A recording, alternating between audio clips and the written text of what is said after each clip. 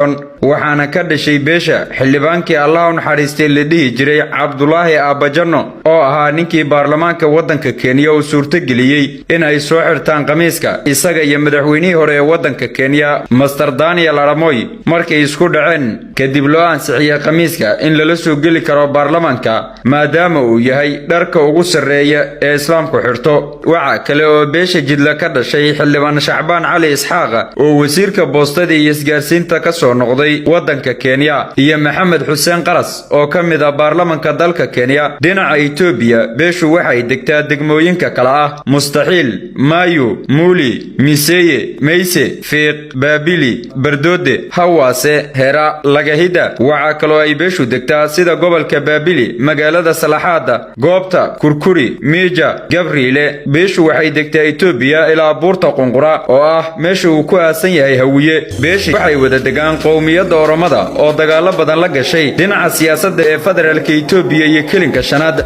waxa ay ku leedahay xildhibaano badan oo gaaraya ilaa 6 xildhibaan iyo hal wasiir waxa ka soo jeeda ugaaskii ugu horeeyay ee Hawiye ugaaska hadda xilka ugaasnimaha iyo waa ugaas Cali ugaas Nuure ugaas